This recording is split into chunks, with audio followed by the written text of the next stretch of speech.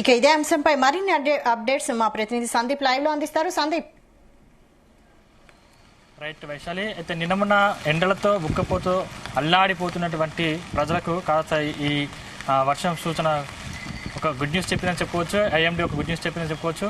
ఈరోజు రేపు ఎల్లుండి భారీ నుంచి అతి భారీ వర్షాలు కురిసే అవకాశం ఉందని ఐఎండీ అయితే తెలిపింది. ముఖ్యంగా హైదరాబాద్ లాంటి నగరాల్లో వర్షం ఎక్కువగా ఉంది. ముఖ్యంగా ఉద్యోగస్తులు మాత్రం ఉద్యోగాలకు వెళ్ళి వచ్చే సమయానికి టైంకి ఇప్పుడు ట్రాఫిక్ జామ్ విపరీతంగా ఏర్పడింది. ముఖ్యంగా రోడ్ల మీద చెట్లు విరిగి పట్టాలు, కరెంటు స్తంభాలు, కరెంటు పోలు విరిగి పట్టాలు లాంటివి జరుగుతూ ఉన్నాయి. ఇటువంటి సందర్భంలో ఖచ్చితంగా జాగ్రత్త ఉండాలని అయితే ఇప్పటికైతే హైదరాబాద్ జిహెచ్ఎంసీ అధికారులు అప్రమత్తమయ్యారు. వాటికి సంబంధించి చర్యలు కూడా తీసుకుంటున్నారు. కాకపోతే అధికారులు తీసుకున్నటువంటి చర్యలు కొంతమేర అందినా అందకపోయినా ప్రజలు మాత్రం జాగ్రత్తగా ఉండాలని చెప్తున్నారు. ముఖ్యంగా ఏదైతే వర్షపాతం నమోదవుతుందో అటువంటి సిచ్యువేషన్లో ముఖ్యంగా పల్లెటూరు విషయానికి వస్తే పల్లెటూరులో ఆరుగాలం కష్టపడి పండించినటువంటి పంటలు ఇప్పటికి కోసి ఐకేపీ కేంద్రాల వద్దకు తీసుకొచ్చిన సమయంలో వాళ్ళ వడ్లు మొత్తం తడిసి నేలకొరినటువంటి సిచ్యువేషన్ మనకు కనిపిస్తుంది. అటువంటి సందర్భంలో ఖచ్చితంగా అధికారులు మమ్మల్ని ఆదుకోవాలి, తడిసిన ధాన్యాన్ని ఎవరు కొనరు అనే సిచ్యువేషన్ వాళ్ళు వ్యక్తం చేస్తున్నటువంటి పరిస్థితి కనిపిస్తూ ఉంది. ముఖ్యంగా హైదరాబాద్లో ఏ ప్రాంతాల్లో ఒకసారి ఎంత వర్షపాతం నమోదైందో ఒకసారి తెలుసుకుందాం. ముఖ్యంగా హైదరాబాద్ కాదు, మొత్తం తెలంగాణ వ్యాప్తంగా ఎక్కడ ఎంత వర్షపాతం నమోదైందో ఒకసారి తెలుసుకుందాం.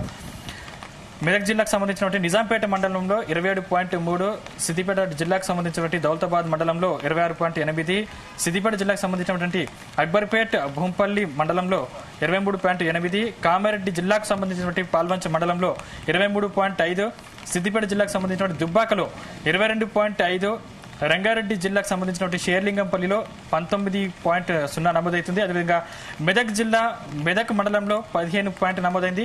అదేవిధంగా సంగారెడ్డి కోహీర్లో 13.5, రంగారెడ్డి షేర్లింగంపల్లిలో 11.3, రంగారెడ్డి జిల్లాకు సంబంధించినటువంటి షేర్లింగంపల్లి మండలంలో కూడా అంటే ఎంఎంటీఎస్ లింగంపల్లి కాడ 11.3 వర్షపాతం నమోదైంది. ఈ వర్షాలు దాదాపు 2 రోజులు ఇలాగే కొనసాగే అవకాశం ఉందని చెప్పింది. అదేవిధంగా రంగారెడ్డి జిల్లా షేర్లింగంపల్లి మండలం యూనివర్సిటీ ఆఫ్ హైదరాబాద్ లో 19 వర్షపాతం నమోదైంది. అదేవిధంగా రంగారెడ్డి జిల్లా షేర్లింగంపల్లి గచ్చిబౌలికి సంబంధించినటువంటి వర్షపాతం చూసుకుంటే ఒకసారి 11.3% వర్షపాతం నమోదైంది. రంగారెడ్డి జిల్లా షేర్లింగంపల్లి ఎంఎంటీఎస్ లింగంపల్లి దగ్గర 11.3% వర్షపాతం నమోదైంది. అదేవిధంగా రంగారెడ్డి జిల్లా షేర్లింగంపల్లి పీజీఆర్ స్టేడియం చందానగర్ లో 9 వర్షపాతం, ఇది అత్యల్పంగా నమోదైందని చెప్పుకోవచ్చు. ముఖ్యంగా సంగారెడ్డి జిల్లా రామచంద్రపురంలో 4.8, ఇది కూడా చాలా తక్కువ వర్షపాతం నమోదైంది. ముఖ్యంగా గచ్చిబౌలి, అమీర్పేట, ఎస్ఆర్ నగర్ ఇటువంటి ప్రాంతాల్లో ఎక్కువగా కుండపోత వర్షం కురుస్తూ ఉంది. ఇక్కడ రోడ్లన్నీ జలమయమయ్యాయి. ట్రాఫిక్ అంతరాయం లేకుండా ఇప్పటికే పోలీసులు అయితే అప్రమత్తమయ్యారు. ట్రాఫిక్ ఇప్పుడే క్లియర్ చేస్తున్న సిచ్యువేషన్ కనిపిస్తోంది. హైదరాబాద్ లో గోల్కొండకు సంబంధించినటువంటి 3.0, ఇది కూడా అత్యల్పంగా వర్షపాతం నమోదని చెప్పుకోవచ్చు. హైదరాబాద్ లో షేక్పేటలో కూడా 2.5 వర్షపాతం నమోదైంది. అంటే కొన్ని ప్రాంతాల్లో వర్షం కురుస్తూ ఉంది, కొన్ని ప్రాంతాల్లో వర్షం కురవట్లేదు. ఈ కురిసిన వర్షపాతం సంబంధించి ఇప్పటివరకు అయితే హైదరాబాద్ లో అత్యల్పంగా కురిసినటువంటి మనం వివరాలు చూసాం. అధికంగా కురుస్తున్నటువంటి ప్రాంతాలు మాత్రం అమీర్పేట్, ఎస్ఆర్ నగర్, ఇటువంటి గచ్చిబౌలి ఇటువంటి ప్రాంతాల్లో అధికంగా కురిసిన వర్షపాతం ఎక్కువగా నమోదవుతున్న సిచ్యువేషన్ కనిపిస్తుంది. ఇక్కడ ముఖ్యంగా ట్రాఫిక్ తీవ్ర అంతరాయం ఏర్పడింది. ఇక్కడ పోలీసులు ట్రాఫిక్ ఎప్పటికప్పుడు క్లియర్ చేసే పనులు ముమ్మరం చేశారు. ఎక్కడికక్కడ ట్రాఫిక్ నిలిచిపోయిన సందర్భంగా అధిక ట్రాఫిక్ పోలీసులు మోహరించి అక్కడ ట్రాఫిక్ క్లియర్ చేసిన సందర్భం చూసాం. ముఖ్యంగా లోతట్టు ప్రాంతాలు జలమయమవుతున్నాయి కాబట్టి అక్కడ ఖచ్చితంగా ప్రజలు అప్రమత్తంగా ఉండాలి. నీళ్లు ఒకవేళ ఇంట్లోకి వచ్చిన సందర్భం కనిపించినట్టయితే ఖచ్చితంగా బయటికి తోడేసే క్రమం ఖచ్చితంగా అధికారులు చేపడతా ఉన్నారు. ఇప్పటికే కరెంటు స్తంభాల దగ్గర, చెట్లు నేలకొరిగిన దగ్గర ఎక్కడ కూడా మనుషులు ప్రయాణించకూడదు, మనుషులు తిరగకూడదు. ఖచ్చితంగా అక్కడి నుంచి దూరంగా ఉండండి. అవసరమైతేనే తప్ప అవసరం లేకుండా మాత్రం బయటికి రావద్దని ఇప్పటికే అధికారులు హెచ్చరికలు జారీ చేశారు. వైశాలి, అయితే ఇంకా వర్షం తగ్గే సూచనలు కూడా కనిపించడం లేదు, అంతకంతకు ఎక్కువయ్యే పరిస్థితి కూడా కనిపిస్తోంది. ఇంకా వర్షపాతం ఎక్కువ నమోదయ్యే అవకాశం ఉందా? ఖచ్చితంగా.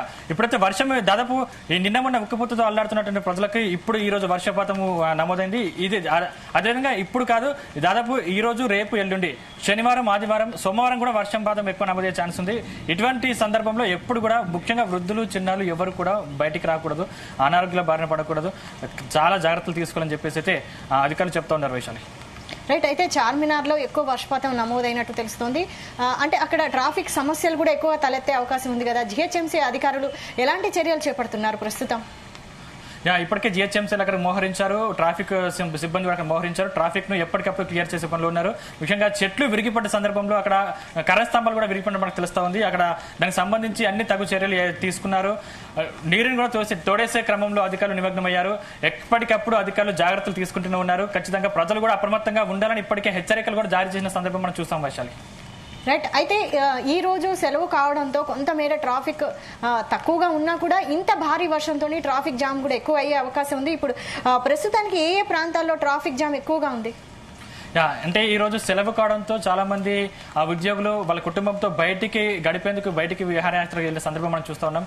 ఇటువంటి సిచ్యువేషన్ లో చాలా చోట్ల అంటే గచ్చిబౌలి, అమీర్పేట, ఎస్ఆర్ నగర్, ఇక్కడ మాదాపూర్, అదేవిధంగా కూకట్పల్లి ఇటువంటి ప్రాంతాల్లో ఎక్కువ ట్రాఫిక్ అంతరాయం ఏర్పడింది. ఇక్కడ ముఖ్యంగా ఎందుకంటే ఇక్కడ మెయిన్ మంత్రులు, ఎమ్మెల్యేలు, ఎంపీలు ఉన్నటువంటి ఇటువంటి వీధుల్లో కంపల్సరీ ట్రాఫిక్ అంతరాయం ఏర్పడుతుంది. ఇటువంటి సిచ్యువేషన్ లో కంపల్సరీ ట్రాఫిక్ సిబ్బంది మాత్రం తగు చర్యలు తీసుకుంటున్నారు వైశాలి.